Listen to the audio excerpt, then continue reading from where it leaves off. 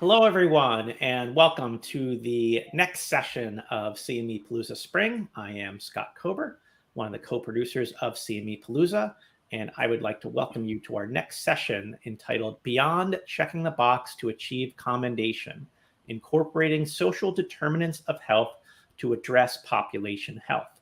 This session is sponsored by RedMedEd and Academic CME. Our moderator for this session is Bina George Figueroa. Bina is the Director of Accreditation at the Medical Learning Institute.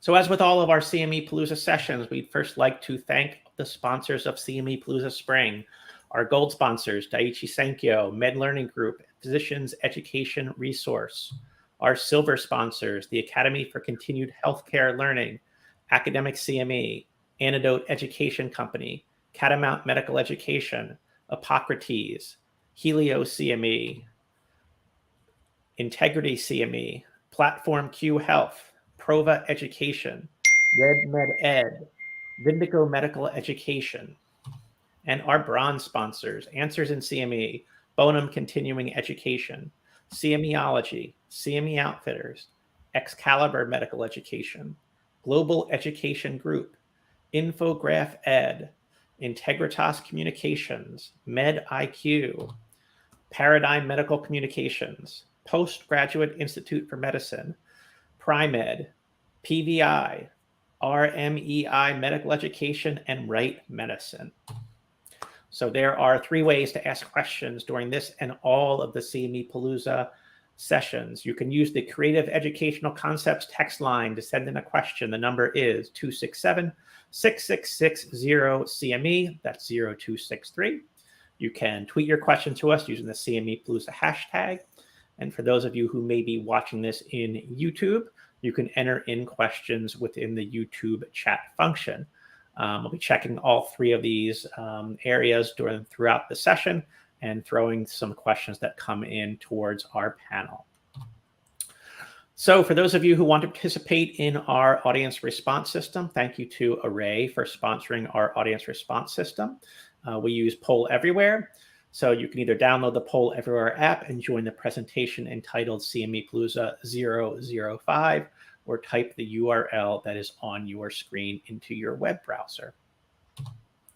So finally, a brief speaker disclosure. Please note that the opinions, discussions, and/or conclusions expressed are those of our panelists and do not represent an endorsement by or position of their employer, its parent company, or their affiliates. And with that, I am going to turn this over to Bina to introduce the rest of the panel. Great. Thank you so much, Scott. And also, I want to thank CME Palooza, Derek, and everybody else for allowing us the opportunity for this presentation. As Scott already mentioned, I'm Bina George Figueroa. I'm the Director of Accreditation for Medical Learning Institute, Inc., where I oversee all of the compliance for all the numerous activities that we implement and have available to interprofessional audience. I would like to introduce our esteemed panel of presenters. We do have a lot to pack in to this hour, so we want to make sure that we cover every single thing that we have to cover. First off is Kristen Gusak. She's the Executive Director of Medical Learning Institute. As a jointly accredited provider with Commendation, her role is to ensure that MLI is meeting the expected results of their mission, one of which is to support the topics of diversity, equity, and inclusion in the MLI CE program to positively impact patient outcomes. She's excited to be invited to share her journey with the hopes that it may guide others to find their path to more intentionally integrate social determinants of health into their CE program. Next, we have Chidibere Ibe, is a medical student, a Nigerian medical illustrator, and a professional among the few in Africa. He is the creative director at the Association of Future African Neurosurgeons, or AFAN, Young Continental Association of African Neurosurgical Societies, and chief medical illustrator at the International Center of Genetic Disease, Harvard Medical School. Chidibere Ibe is passionate about contemporary illustrations of Black patients and has been acclaimed globally for creating an illustration that went viral. He hopes to pursue a career in pediatric neurosurgery.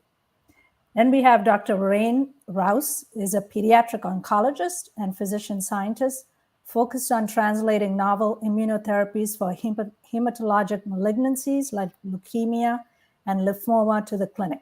She leads a clinical and translational research group at the Center for Cell and Gene Therapy, Texas Children's Hospital, and Baylor College of Medicine.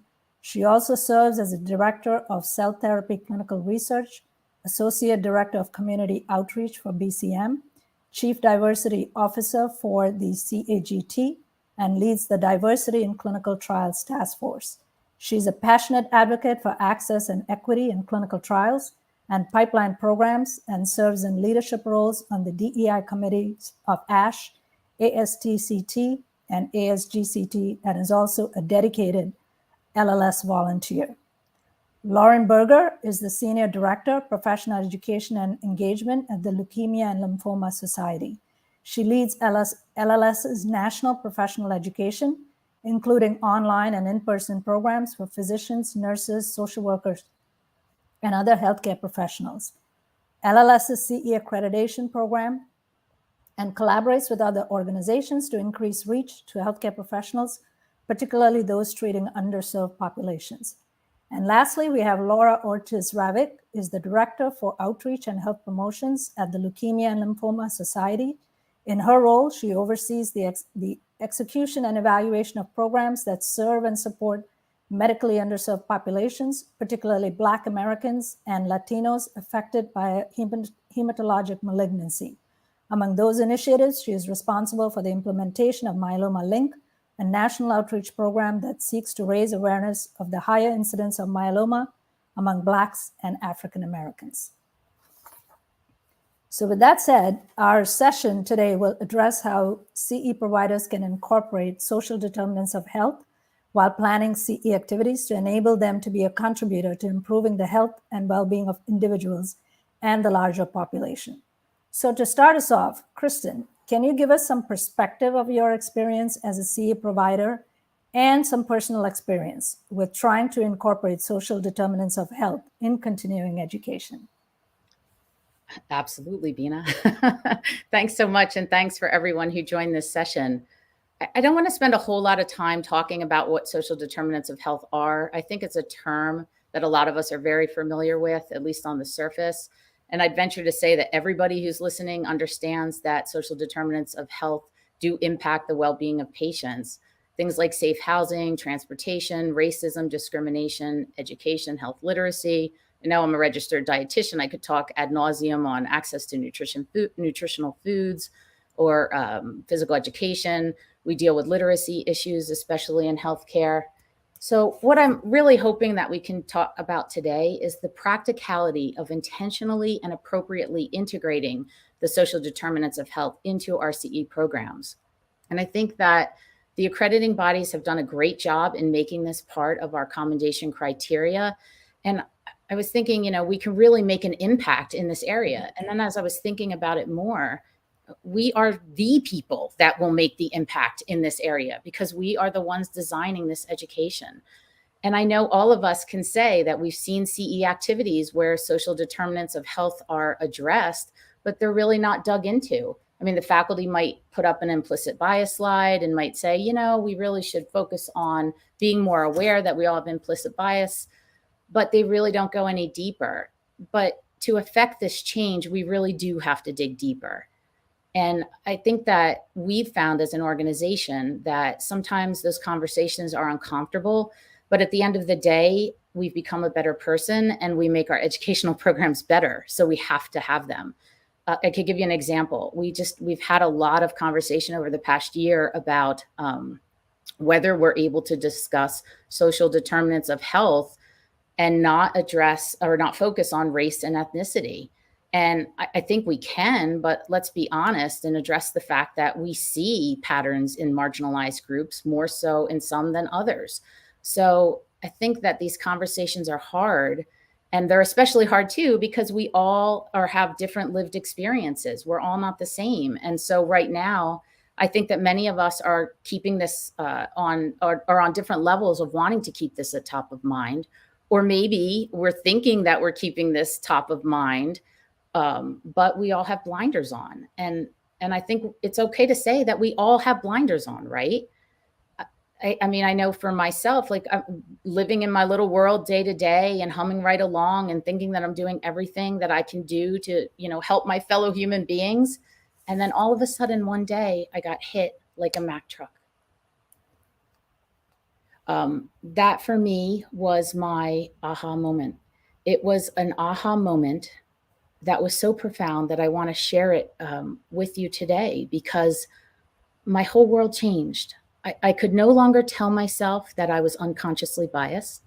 I could no longer say that I was doing what I could do.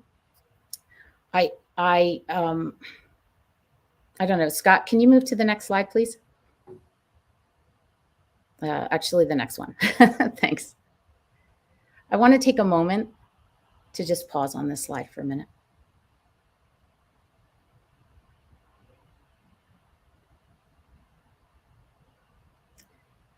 So seeing this beautiful Black baby in utero stopped me in my tracks. And it stopped me in my tracks because I am a mother of 5 children. I have read every baby book out there that you could possibly read. I also volunteer with pregnant women. And yet I had never realized that I had never seen an illustration like this, a Black baby in utero before. What the heck? And so in that moment, I knew I didn't get it. I had to be honest with myself that I didn't get it. And so here I'm thinking that I'm running this race, and I realized that I hadn't even gotten to the starting line.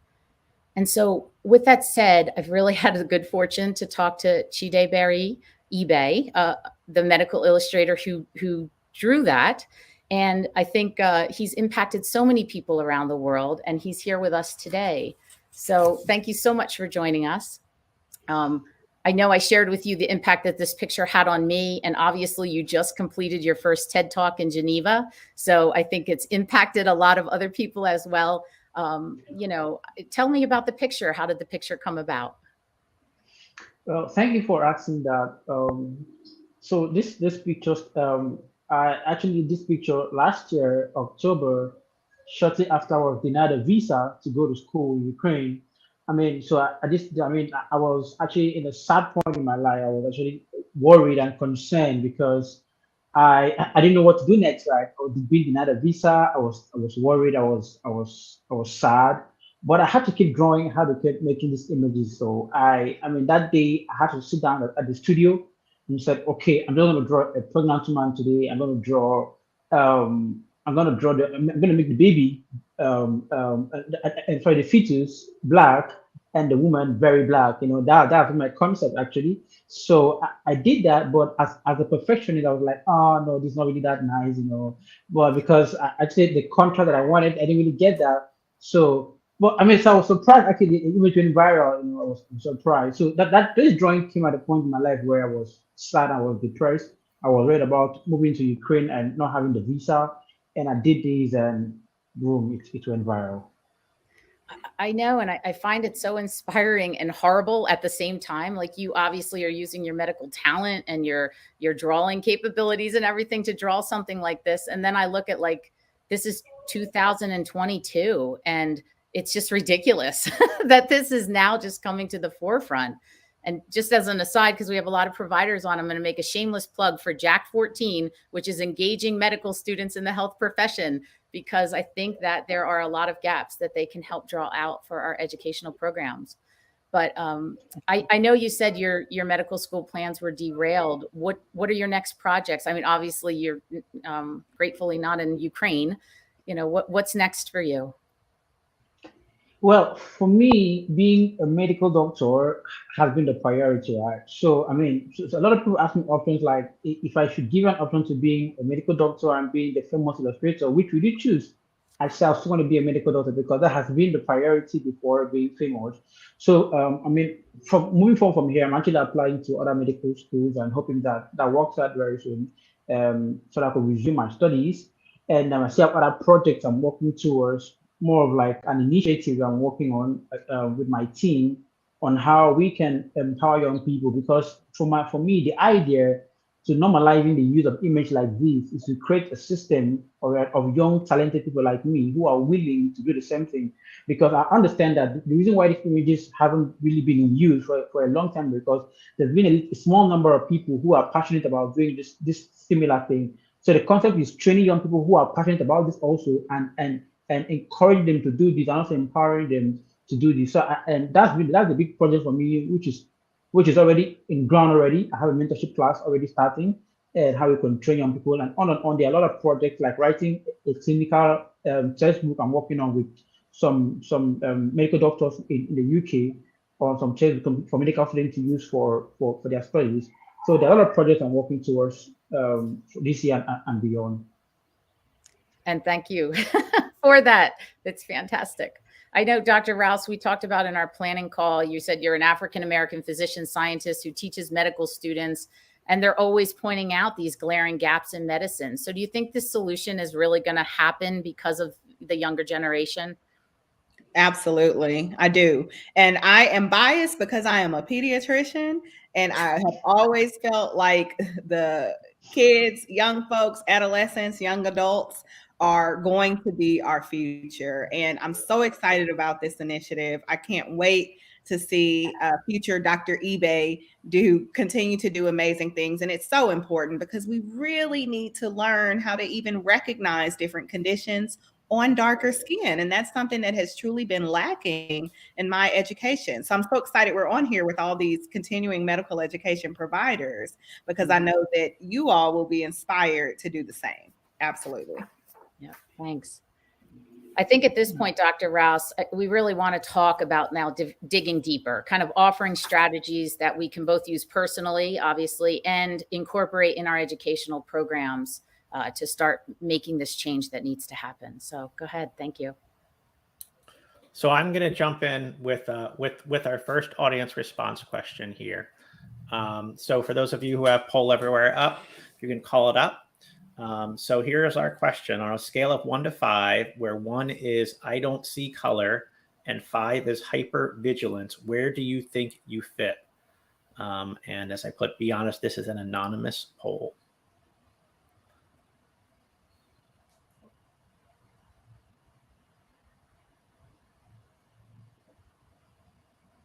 So it looks like a lot of people right here in the middle. No, we shouldn't have made 5. We should have done 4.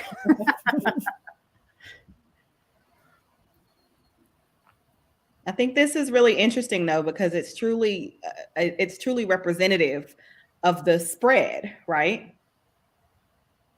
And I love that people are answering honestly. You can totally tell. So does this surprise any of you at all, or is this sort of kind of where you think we are as a society today?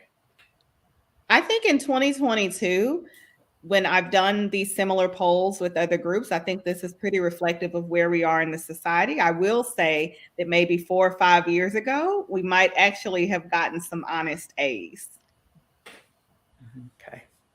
All right, great. So I will lock this and move on to the next slide. All right. So I'm so excited to talk to you guys today. And Dr. eBay, I'll call him Dr. eBay because I know he's going to be a doctor very soon, is a tough act to follow. But I want to talk about these categories, right? So we all, as content providers, educators, physicians, scientists, medical illustrators, we are all at great risk of falling into one of 2 categories. And neither one of these is foolproof. So hypervigilance and awareness, often called wokeness, can often be looked at as a bad thing, right? But then we certainly don't want to be at the other end of the spectrum with everyone is the same. I don't see color and ethnicity. And it's really important to highlight these because when you are hypervigilant and aware, and so me as a clinician and also as a physician, scientist, and researcher, I recognize that I tend to be a bit more on the hypervigilant and aware end of the spectrum, where I am more likely to tailor discussions with patients about a research trial, for example, or even when I'm creating content for medical students, I'm more likely to think about, these different, how I need to tailor the discussion specific to the audience. And people that are in the everyone is the same, I don't see color and ethnicity, are more likely to use standard discussions for all. And it's important to recognize that neither one of these are foolproof, because when you are more hypervigilant, you actually can be more likely not to press discussions around, for example, participating in clinical research, because you may, automatically assume, I know that historically this person may have some historical reason, Tuskegee syphilis experiment, for example, to not trust research. So I'm not going to talk about it in great detail, and I'm not going to press, because I don't want to not be cognizant of that. But if you were in the everyone is the same, I don't see color ethnicity category, when you're approaching a patient or a family about a research study, for example, or even when you're creating content, you're less likely to include some of these extremely culturally, socioeconomically imperative things that need to be discussed, that factor into how people make these decisions.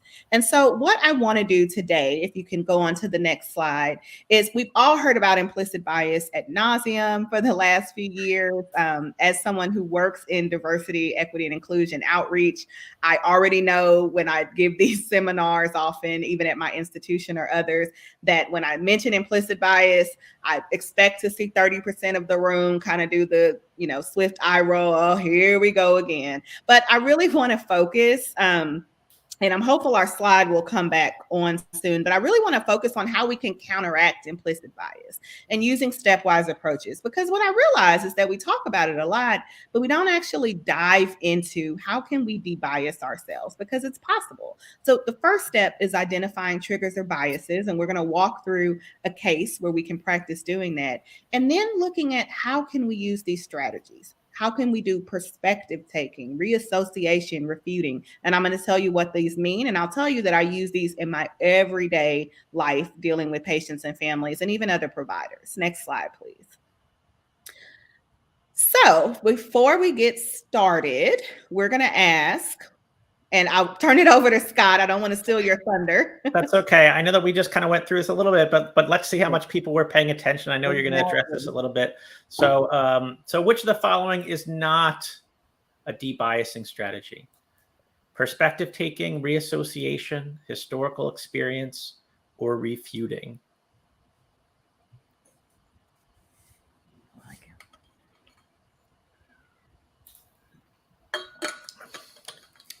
I guess people are really smart. Oh, maybe not that smart. Not a de-biasing strategy. Not a de-biasing strategy. Okay, we got some learning to do. Luckily, we're here. We're here to learn. Okay.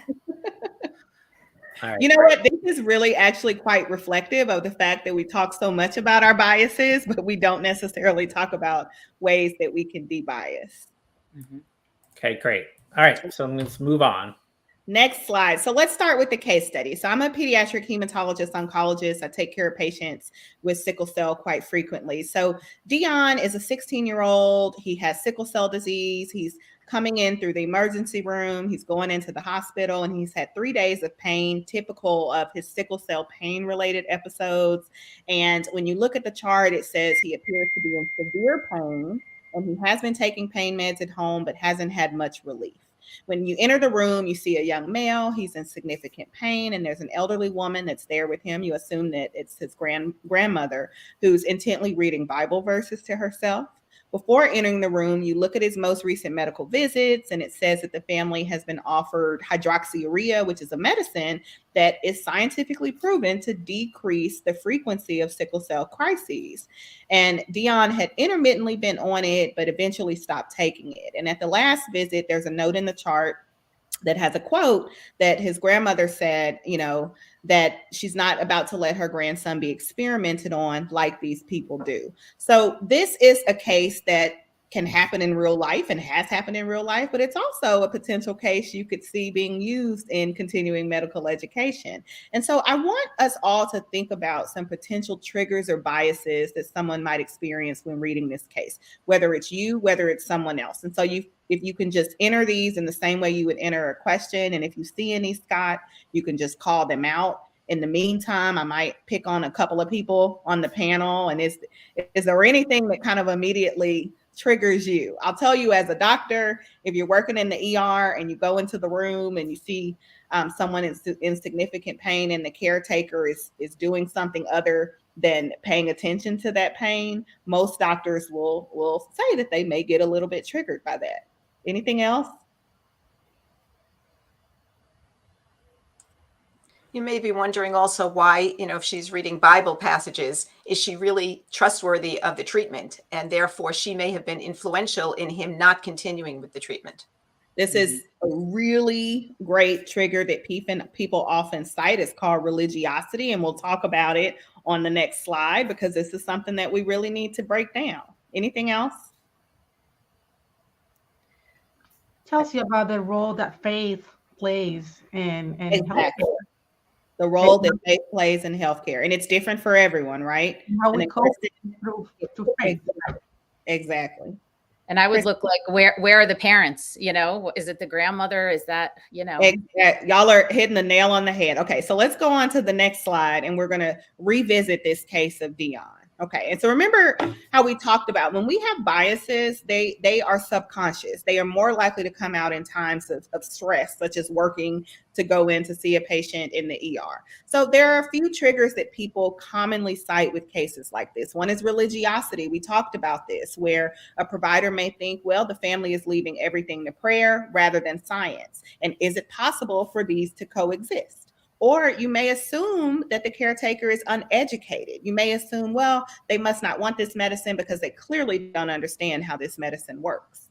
You may assume that the family is non-compliant or inattentive to a child's medical condition if they're doing anything other than being right there ready to engage with the provider when they come in. And people often are triggered by seeing anyone other than the parents there, especially in an ER visit, and may assume that the parents are uninvolved. Let's go on to the next slide and think about how we can actually de-bias ourselves. So perspective taking is really important, okay? So when you encounter a situation where one of your biases is triggered, it's important to take into account the perspective of the other person. So what experiences might this grandmother have had that led her to be suspicious of medical care? There are almost too many to count. A couple big ones that most people are aware of are the Tuskegee syphilis experiment, right? So there are reasons why certain cultures are distrustful of the medical system, and with good reason. And is it possible that instead of assuming that this grandmother must be uneducated about this medicine and how it works, is it possible that she's actually read extensively about this medication, which does have a pretty significant side effect profile, and that she has some concerns about long-term effects? How have her religious beliefs informed her decisions? So when we think about reassociating and doing what we call stereotype replacement, it's important, if you're triggered by saying they're there with the grandmother, the parents must not be involved, it's important to think about other situations where the parent might be absent for good reason. What if the parents are working that evening? What if the parents are in night school and are not there to be able to take? What if they have other children at home? And also, is it possible that this grandmother views prayer as a supplement to medical care rather than a substitute? This is extremely important. I'm a provider who views prayer as a supplement, okay, to medical care rather than a substitute.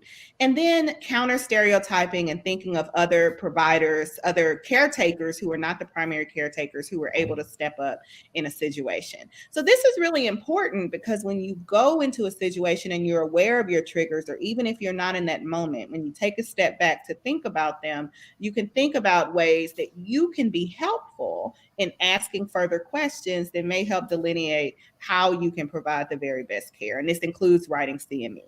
Next one, please. All right. So another few buzzwords are culturally competent communication. So people always talk about we need to be culturally competent. This is not just in healthcare. This is in providing CME. And what it means is addressing historical events that are frankly tough to talk about, right? It's tough to talk about things that have happened, especially in American history, that are not anything that any of us would agree with, right? It also involves addressing common misconceptions or mistrust concerns that may be specific to certain groups. I'll tell you that the way that I approach a research consent discussion with the Black family or Hispanic family as a Spanish-speaking provider is very different than the way I may approach it with a white family, because I often will get questions that some of my colleagues say, wow, I've never been asked that question, but it makes us also think perhaps we did not open ourselves to the person being comfortable to ask that question. So I want you to think about how all of our implicit biases may impact the way we create CME content, not only the way that we present it, but how we plan it. And so also one thing that's really important is recognizing that speaking the language is not necessarily a surrogate for cultural competency. So when creating content for populations that speak languages other than English, it's important. And I know that Dr. Ibe would tell us if we were creating content for a medical school in Nigeria, we might need to take certain things into account that may be different than what we're creating here in the United States. Next slide, please. So just to wrap up, when we're talking about our implicit biases and moving forward with less bias, we really need to reflect on what we've learned. We need to remember that implicit biases act on our subconscious. They're not synonymous with prejudices. They reflect our preferences, and we all have preferences. And we really need to do a bit more research and education around how biases can impact our ability to plan continuing education. And it's really a learned skill, and it's multifaceted. And I think in a lot of ways it works best in situations like this. And I will close there and pass it on to Bina.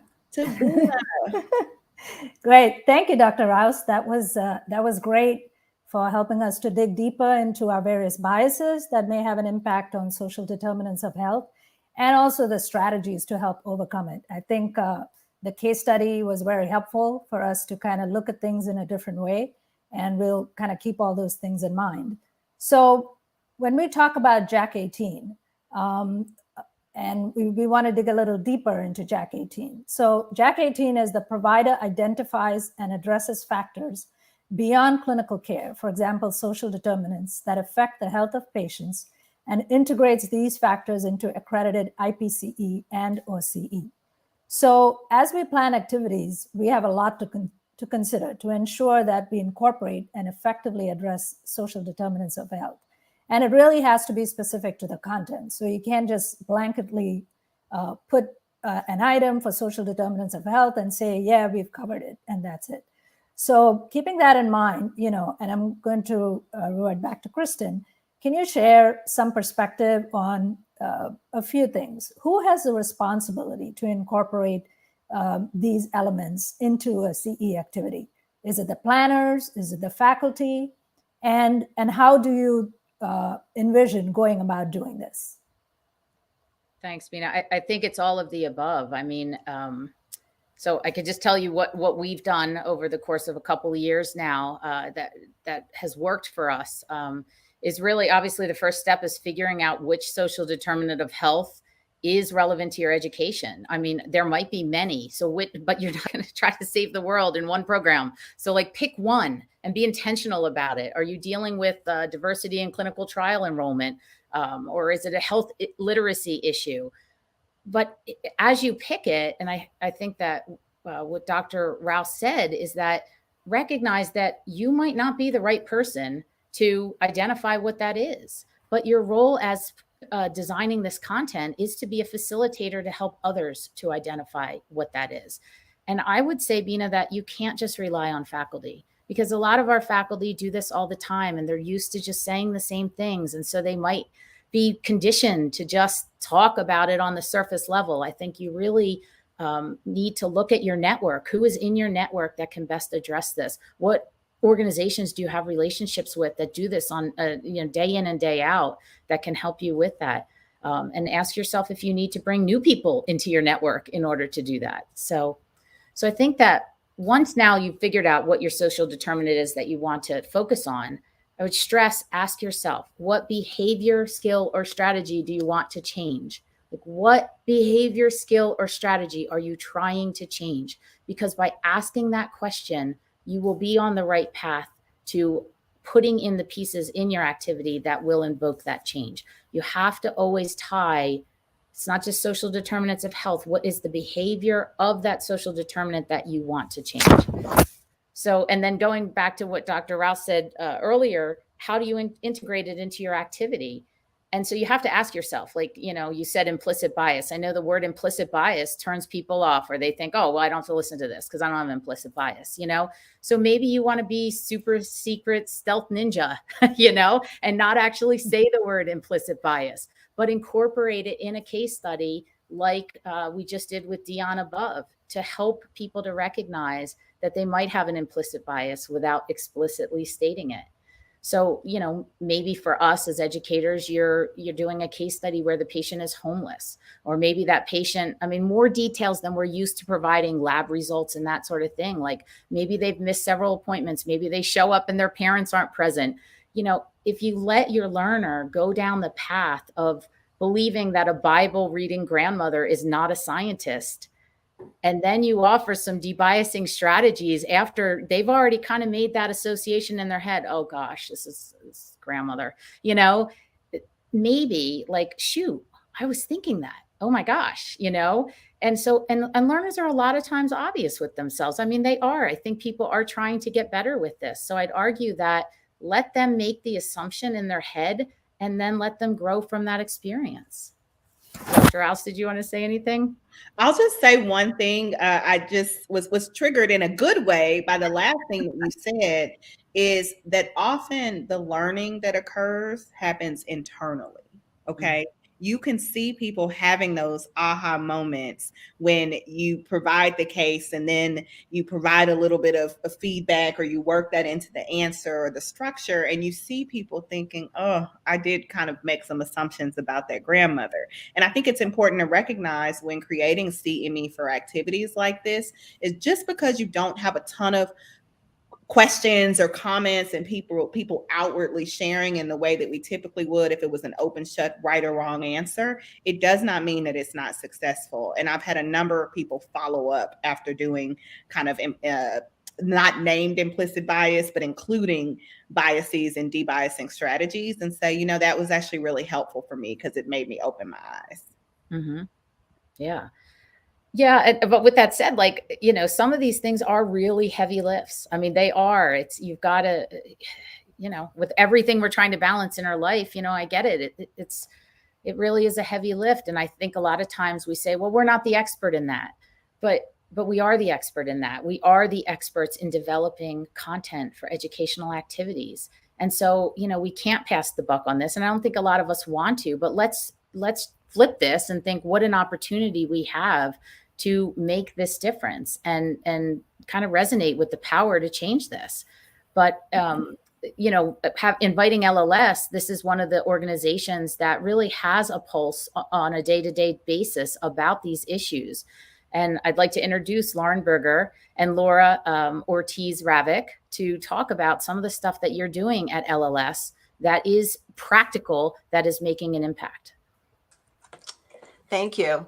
So I'll just talk a little bit about some of the collaborations that the Leukemia and Lymphoma Society has and that we are developing. We have reach into the communities. We have blood cancer expertise, but to expand our reach to providers that are treating underserved patients, we know that we need to, and we are collaborating with other organizations. Together, working with these other organizations that are really based in the community and that are serving additional underserved patients, we can provide an accredited education both on newest approved treatments, clinical trials, disparities and challenges both in diagnosis and access to patient care, and also awareness and access to education and support resources for the patients that these healthcare providers serve. We co-plan with other organizations, and each of the organizations then also markets the program, which also expands our reach. And we have really, really learned from each other in the process. So it's been very exciting for us as we expand and work with other organizations. I'll just mention a couple of things that we're doing most recently. We are working with the Migrant Clinicians Network. We just recently held a program with them, and they provide assistance and professional development to clinicians in community health centers, health departments, and other sites. And their focus is really to increase healthcare access and to reduce disparities. Clinical Directors Network, another example, they provide education for clinicians that are practicing in low-income, minority, and other underserved communities. Examples in the New York metropolitan area, we are working with Urban Health Plan. They're a network of federally qualified community health centers in the South Bronx and Queens, also reaching underserved communities. Montefiore Medical Group, which is serves the most diverse urban areas in the country, and their population of patients is global and the disease burden is high. They have both hospitals and community health centers. All of these are examples of groups that are in the community that have not only healthcare professionals, but the patients that they are learning from, and collaborating with them really expands what we understand, and we understand better the needs of both the patients as well as the healthcare professionals. Another example is the Association of Community Cancer Centers, their Appalachian Community Cancer Alliance, working with them. And then just one more example is the African American PA Caucus of the American Academy of PAs. They are promoting our we are working with them to collaborate on activities, and then they also help us get access into other special interest groups, such as serving LGBTQ and other different groups that are PAs and other professionals there. So it's really an integrated approach, both right from the beginning of planning throughout the process of education. And then I'll just give you some examples to create awareness and to educate the healthcare professionals. Here are some programs that we're in the process of planning and implementing. So myeloma rounds, these are regional virtual CME rounds. And the reason that we have chosen myeloma, and I know it's kind of been mentioned before, but Black Americans have at least double the incidence of myeloma as any other race or ethnicity. And they often face additional barriers and lower access to care. So to increase awareness, both among the patient population and among the general population, the rounds offer case-based education and discussion. They bring together community and academic interprofessional healthcare providers to foster communication with colleagues in their region. So although they are virtual during COVID, they were in person, and hopefully they will be in person again soon. But we do this by region. We wanted the healthcare professionals to not only be updated on the information and access to care, but also to get to know the other community clinicians as well as the academic clinicians. So perhaps they have a question, need more information as they're thinking about patient care going on in the future. They can reach out to each other and get to know each other.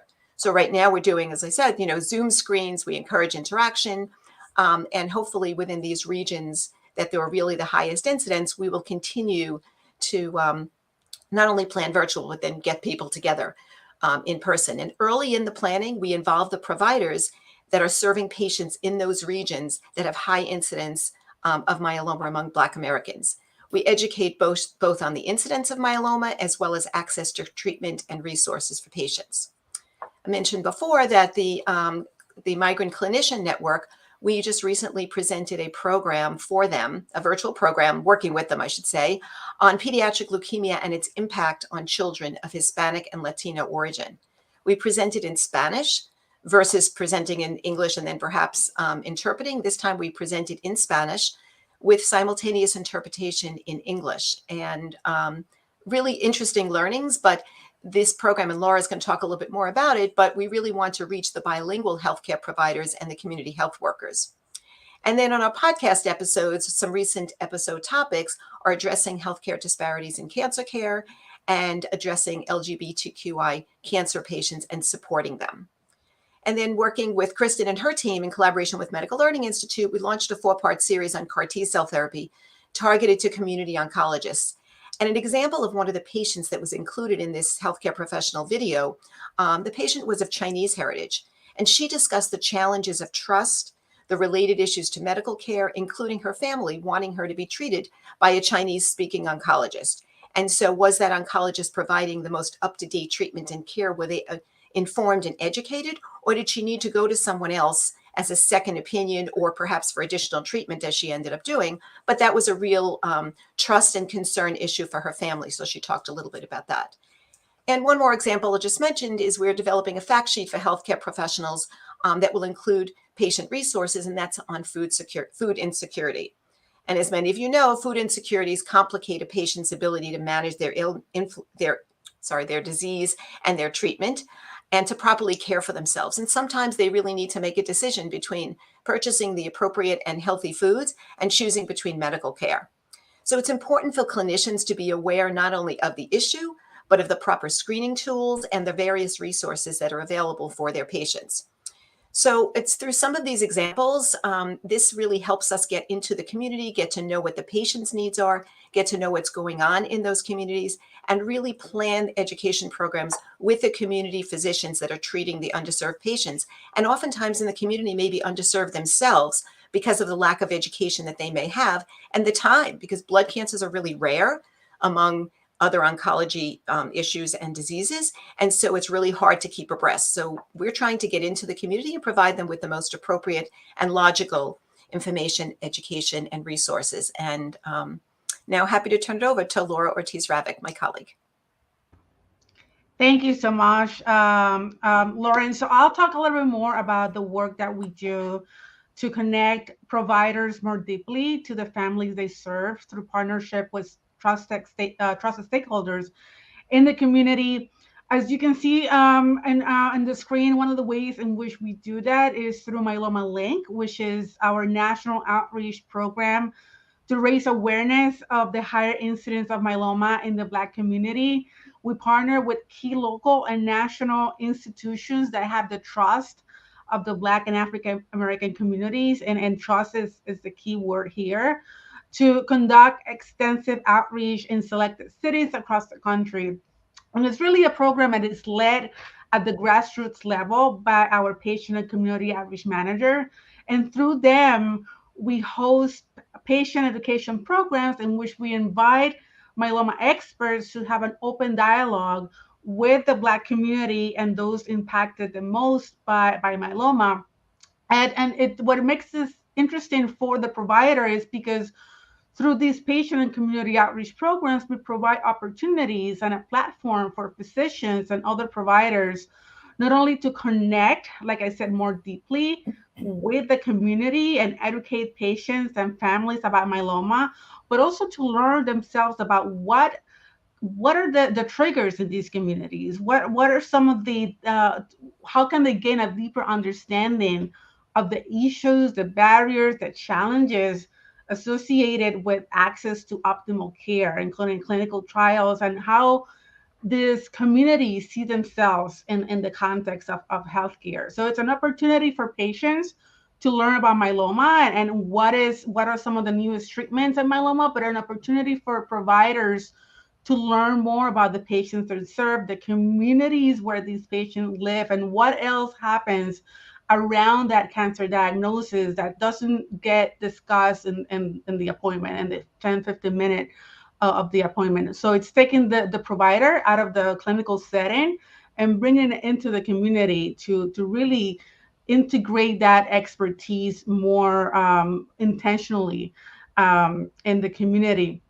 Another critical component of Myeloma Link is engagement of primary care providers at federally qualified health centers across the country. And this is, it's really a key component of Myeloma Link because the goal of this outreach is to educate primary care physicians, nurses, and again, other providers in primary care settings about the clinical presentation of myeloma and the services available for patients and families impacted by a blood cancer diagnosis. And to Lauren's point, the signs and symptoms of myeloma can be so many things, so many other things. It's not always at the forefront of that provider to test possibly for myeloma, right?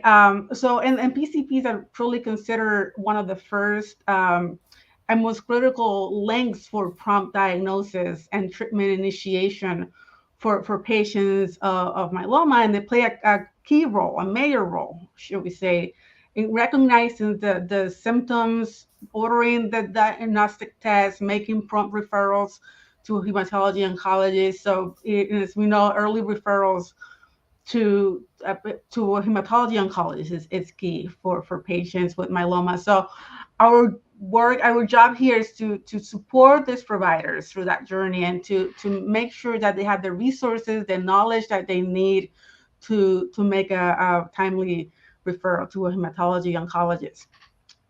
And our work in this space would not be possible also without collaborations with trusted stakeholders in the Hispanic and Latino communities. We have extensive partnership with promotores de salud, or Spanish-speaking community health workers. And these are instrumental in helping us learn more about the community. And they are truly the bridge between these communities and the services that they need, the education that they deserve to make informed decisions about treatment options. So I encourage anyone who is not familiar with the concept of community health worker or promotor de salud to look at what they do and find opportunities to work with them at a more deep level, because they are the ones who keep the pulse in the community, are truly the experts in the community, and who can help you navigate the challenges and barriers or the marginalized segments of the Spanish-speaking population. So I'll turn it back to Bina. I'm happy to answer any questions, and thank you again for having us here. Great. Thank you, Lauren and Laura. So as you know, as we've heard from all our presenters, it is important that you see that as a CE provider, no matter your size, whether you're a small provider or a large provider, we can work with organizations such as LLS, who has the expertise and the reach to accomplish this, and that we do not necessarily have to work in silos. We are not alone, and through collaboration, which is another JACC criteria, and plugging all the commendation criteria here, I'll tell you. and partnerships, we can be able to do this. Like Kristen said, it is a heavy lift, but nothing is impossible. That said, I'd like to Bina. Yes. Before you wrap it up, there is a question from our audience that I wanted to throw your way first. So the question is, if you are including social determinants of health into your educational activities, how do you develop an assessment tool to demonstrate effectiveness for JACC 18? Develop an assessment tool. So that's a great question. How we specific, I wish I could ask the person who asked the question another question. How we specifically demonstrated the evidence on our self-study was that we showed what that social determinant was, how we addressed it, and the responses that we got back in our evaluation. So we did show a measurement. I'm just not sure that that's exactly what they're asking. Like we did it in like a chart format where we pulled kind of like a thread through, so we could show this was the gap, this was the learning objective, this was the measurement of it, and this was the social determinant we were hitting, and this was the measurement of it. And so just to piggyback on that, I think it's important that when you create that activity with the social determinants of health that you're focusing on, you do have to kind of follow up with the evaluation to see whether you've made the impact. Right. What is the behavior change? Right. And I think it highlights the fact that when you're incorporating social determinants of health, you may look at metrics and assessments a little bit differently, and that maybe in 4 or 5 years, there will be a clear right answer. This is how you do it. But, we're early in this, right? Yep. Okay, great. Okay. The person responded that was a good answer. They were just wondering about the approach. Good. So without further ado, we'd like to now turn it back to Dr. Rouse, so you can wrap up the session. All right. So I'm excited because y'all are continuing education providers. So you always have to think outside the box, wear different hats, and look at exciting ways to engage your audience. So I'm going to tap into that. And okay.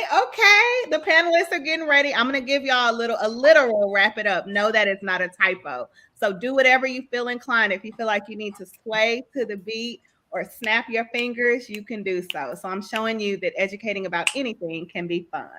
All right. Y'all ready? Yep. We're ready. All right. Okay, cool. I'm going to do a little, it'll be acapella. All right. Let's create, educate, do it in ways to help others relate, diversify, learning case by case, identify ways to make all engage. It starts with acknowledging bias exists. It's not that we're bad, we're just not perfect, but we can grow when we change perspective. Know our triggers are all different. Let's open our minds and give others grace to learn from us, even if at a different pace. Woo! Good job. All right. Well, we always say We always say that you never know what you're going to get when you tune into CME.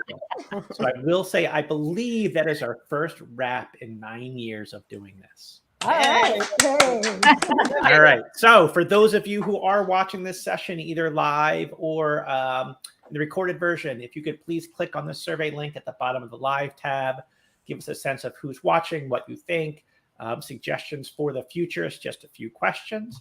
And for those who are watching this live, do not need to refresh your browser to view the next session. Just look on our live page and click the appropriate session link. It will start shortly. So with that, I would like to thank Bina and Lauren and Laura and Kristen and Reina and Chidibere. Thank you guys all for coming today, and we hope everyone has a good afternoon. Thank you. Thank you, Scott. Thank you Thanks. for having us. Thank